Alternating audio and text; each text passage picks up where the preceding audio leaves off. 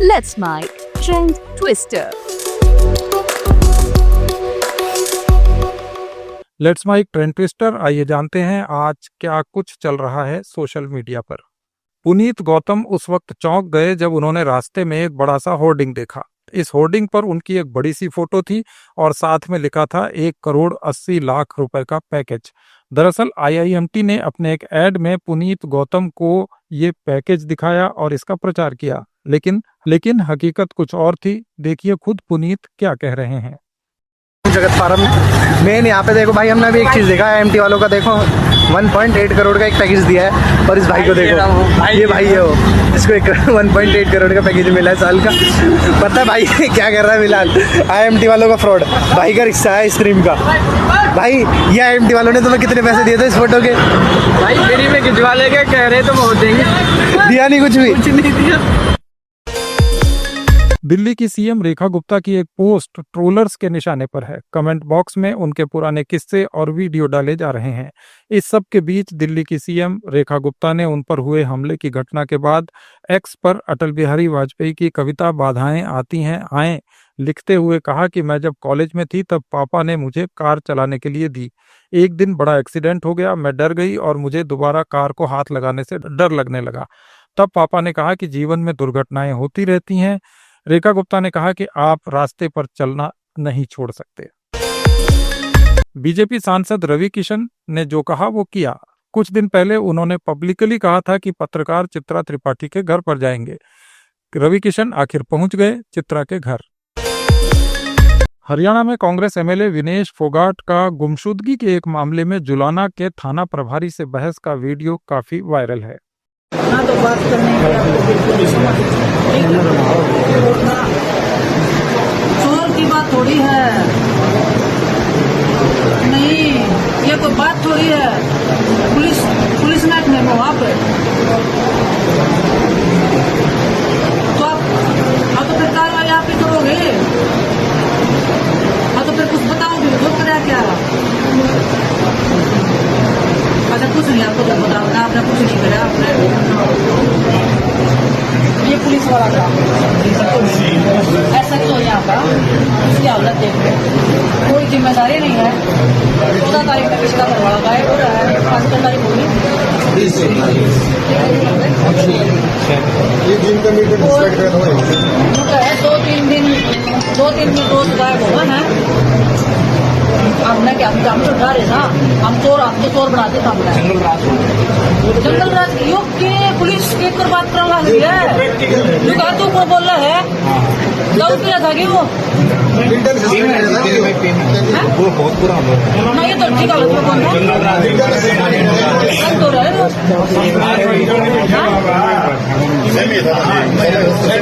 एक महीना में जिन 25-30 साल में रोज हत्या हुआ है। बोल रहा है खुद बता रहा है, 2-3 शिकायत रोजाना लग रही है, तो फिर तू सो कटा भाई। हरियाणा के मुख्यमंत्री नायब सिंह सैनी का एक वीडियो काफी देखा जा रहा है, जिसमें वे स्वदेशी अपनाओ भारत को आत्मनिर्भर बनाओ का आह्वान कर रहे हैं। प्रधानमंत्री जी ने अभी 15 अगस्त को पूरे देश के लोगों के साथ एक संकल्प लेने की बात कही है कि ये दुनिया की तीसरी आर्थिक शक्ति बनेगा। और कैसे बनेगा? जब हम स्वदेशी को अपने जीवन में उतारें। हमने स्वदेशी को अपने जीवन में उतारना है। और भाइयों, जब स्वदेशी को हम अपने जीवन में उतार लेंगे, मैं आज ये बड़े विश्वास के साथ आज आप सब उद्यमियों और युवा साथियों के बीच में कह रहा हूं, दुनिया की कोई ताकत नहीं है, ये भारत दुनिया की तीसरी आर्थिक शक्ति के रूप में ये हम सब के सामने आकर के खड़ा हो जाएगा। भाइयों, हमने स्वदेशी को अपनाना है। इसके लिए हमने 1 डिस्ट्रिक्ट 1 प्रोडक्ट और इसके लिए उससे भी आगे बढ़ करके 1 ब्लॉक 1 प्रोडक्ट। आदरणीय प्रधानमंत्री जी ने कहा है कि हम स्वदेशी ही सामान लें, स्वदेशी ही उत्पादन करें और उसको प्रायोरिटी दें। और उसको प्रायोरिटी देंगे तो ये भारत, जब हम स्वदेशी को लेकर के खड़े होंगे तो ये दुनिया की तीसरी आर्थिक मजबूत इकोनॉमी बन जाएगा। ये मेरे लिए बड़े गर्व की बात है। ये संकल्प लेना है हम सब ने। पीएम मोदी की चीन यात्रा के मद्देनजर चीन के विदेश मंत्रालय ने हिंदी में एक स्वागत वीडियो जारी किया है।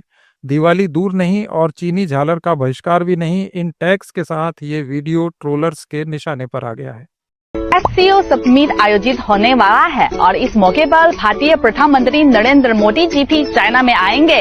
इस मौके पर हम चीन भारत युवा संवाद आयोजित करेंगे। हम भारत के युवाओं से कुछ बात कहना चाहते हैं। अगर आपको मौका मिले तो जरूर चाइना आएंगे। मैं हमेशा यहाँ आपको स्वागत करती हूँ। मुझे आशा है कि ज्यादा से ज्यादा चीनी लोग भारत जाने का मौका मिल सकते हैं और असली भारत के बारे में जानकारी मिल सकते हैं। हमारा संबंध बेहतर से बेहतर होंगे। बिहार में लोक अधिकार यात्रा के दौरान राहुल गांधी ने बेरोजगारी, पेपर लीक और महंगाई जैसे मुद्दों पर बिहार के युवाओं से बातचीत की। राहुल गांधी ने एक्स पर इसका वीडियो शेयर किया और कहा कि जो सरकार वोट चोरी से बनी है, क्या उसका इरादा कभी जनसेवा हो सकता है। बताइए क्या हो रहा है? डिग्री बहुत पड़ी हुई लेकिन उसके लिए कोई रोजगार ही नहीं है सर। तो आपके मुताबिक हो क्या रहा है? कहाँ कुछ हो नहीं पा रहा है बिहार में। जैसे आप कर्नाटक जाएं, वहाँ पे मतलब गाड़ी चल रही है, वहाँ पे स्कूल कॉलेज का इंफ्रास्ट्रक्चर है, वहाँ पे रोजगार है, यहाँ पे क्यों नहीं है? कारण क्या लगता है आपको? जो इलेक्शन आता है तो मंदिर मस्जिद में जुड़ जाते हैं सर, एक दूसरे में आपस में भाईचारा को खत्म कर देते हैं सर। मुद्दे की बात पे चर्चा नहीं होता है, काम मतलब ध्यान भटक जाता है। हाँ, ध्यान भटक जाता है। जब इलेक्शन जीत जाते है उसके बाद पता ही नहीं चलता है कौन जीते नहीं। आज तक कुछ पता ही नहीं चलता है कौन विधायक क्या नहीं है, पूछने तक नहीं आते हैं कौन समस्या है क्या है आपके पास। तो बिहार में धन तो है, धन तो दिख रहा है। धन तो दिख रहा है लेकिन सही सर किसके पास जा रहा है? अरबपति के पास जा रहा है सर, जिसके पास पैसा उसी के पास पैसा जा रहा है जी। कैसे भी करके हम लोग 10th 12th पास कर मजदूरी करते हैं सर। हम लोग तो जनरल कंपटीशन का तैयारी करते हैं सर। एग्ज़ाम होता है, एग्ज़ाम में पेपर होता है, पेपर देने जाते थे तो लीक हो जाता है, कैसे करके पैसा आता है वो हम लोग जानते हैं सर। आपने SIR नाम सुना है? जी सर। है क्या ये? गरीब लोग जो है ना सर, जो पढ़े शिक्षित लोग नहीं है, क्लियर है कि उसका वोट में नाम वोटर लिस्ट से नाम काट दिया जाएगा सर। अब आने वाला दिन में क्या है ना सर, जो गरीब तबके के लोग हैं उनको वोट देने का अधिकार छीन लिया जाएगा। बिल्कुल यही हो रहा है, वही पूरे देश में हो रहा है। और बिहार में इन्होंने नया तरीका निकाला है, इसको ऐसा नाम दिया है बस सर। तो यहाँ पे लाखों लोगों के वोट काट दिए और सारे के सारे गरीब हैं सर। मजदूर लोग को डॉक्यूमेंट्स मांगने लगेगा तो जो 400 रुपये डेली कमाता है सर, वो एक दिन छोड़ करके जाएगा मजदूरी बनाने डॉक्यूमेंट सर। टाइम दे दिया जाए डॉक्यूमेंट्स के लिए सर तो कोई दिक्कत नहीं। वहाँ पर कहता है कि तुरंत डॉक्यूमेंट दीजिए, तो डॉक्यूमेंट्स हम लोग तुरंत कहाँ से ला पाएंगे सर। और कल हम लोगों से मिले जी सर, जिनका वोटर ID कार्ड है, जिन्होंने 4 बार वोट दिया है, उनका भी काट दिया। जिंदा उसका काट दिया, जिंदा को मार के काट दिया। अच्छा, GST के बारे में इधर SIR को लेकर बवाल मचा हुआ है। बिहार के बेगूसराय के भाषु सिंह और कृष्णा देवी, जो 8 साल पहले गुजर गए थे, चुनाव आयोग की वोटर लिस्ट में जिंदा हैं, जबकि इनके बेटे दिलीप जो जिंदा हैं, उनका नाम वोटर लिस्ट से काट दिया गया। आप भी देखिए ये कमाल। मेरे पीछे जो 2 तस्वीर आप देख पा रहे हैं, there are 2 pictures. This one that is of Bhasu Singh.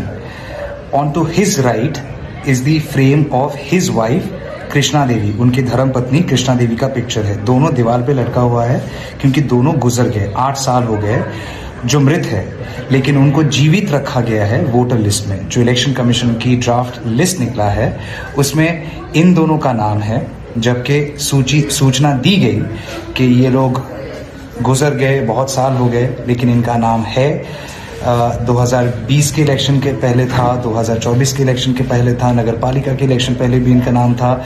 और इस बार सर्वे कुछ हुआ नहीं, इनका कहना है, घर पे कोई आया नहीं है। और इनके जो बेटे हैं दिलीप कुमार सिंह, मैं पूरा डिटेल्स नहीं दिखा सकता, भासु सिंह का बेटा जो जीवित है, he is alive, his name has been struck off, इनका नाम हटाया गया वोटर लिस्ट से। तो गेस कर लीजिए कहाँ पे है हम, है बिहार में, बेगूसराय है डिस्ट्रिक्ट का नाम। बीजेपी के वरिष्ठ नेता कलराज मिश्र कल्याण सिंह की पुण्यतिथि पर बोल रहे थे। उनको किसी ने भाषण खत्म करने के लिए एक पर्ची भेज दी। इस पर मिश्र ने मंच से कहा कि मुझे बोलने से रोकने की कोशिश ना करें। उनका ये वीडियो किसने दिया ये पर्ची इस टैग के साथ वायरल है। लगातार काम करने में किसी भी प्रकार का, मैं घर में जा रहा हूं भैया, किसने दिया है? मैं अभी समाप्त करने जा रहा हूं। भैया मुझसे अगर बुला रहे हो तो मेरे जो कल्याण सिंह जी के संबंध रहे, मैं अपने को रोक नहीं पाऊंगा, इसलिए मुझे रोकने की बात मत सोचो। मैं संक्षेप में बोलूंगा, लेकिन हमारे संबंध जिस प्रकार के रहे हैं उसको न राजू जी आज जानते होंगे, न संदीप जानता होगा। बहुत अभिन्न संबंध था, परस्पर इतना जबरदस्त विश्वास था कि कोई बात होती थी तो कहते थे कलराज जी से पूछ लो, मैं कहता था कल्याण सिंह से पूछ लो। मुख्यमंत्री और अध्यक्ष दोनों के बीच में इतना परस्पर का संबंध पूरा हिंदुस्तान याद करता है। पूरा हिंदुस्तान कहता है कलराज और कल्याण सिंह की जोड़ी एक अद्भुत जोड़ी है। उस समय कल्याण सिंह जी कहते थे कलराज होगा तब कल्याण होगा, इतना जबरदस्त विश्वास था। ऐसे कल्याण सिंह जी के पूर्व उनके मृत्यु के पश्चात मन में बड़ी पीड़ा हुई थी। वो राज्यपाल थे, उनके स्थान पर मैं गया, राजस्थान में मैं भी राज्यपाल रहा। रोज बीमारी के अवसर पर रोज मैं फोन से राजू से बात किया करता था, क्या स्थिति है। उनके मृत्यु के पश्चात मुझे बड़ी पीड़ा हुई थी।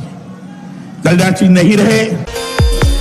एसआईआर पर हंगामे के बीच केंद्रीय मंत्री नितिन गडकरी का एक इंटरव्यू काफी वायरल है, जिसमें वे कह रहे हैं कि चुनाव के दौरान उनके क्षेत्र में भी 3.5 लाख नाम वोटर लिस्ट से हटाए गए, यहां तक कि उनके परिवार के सदस्यों के नाम भी काट दिए गए।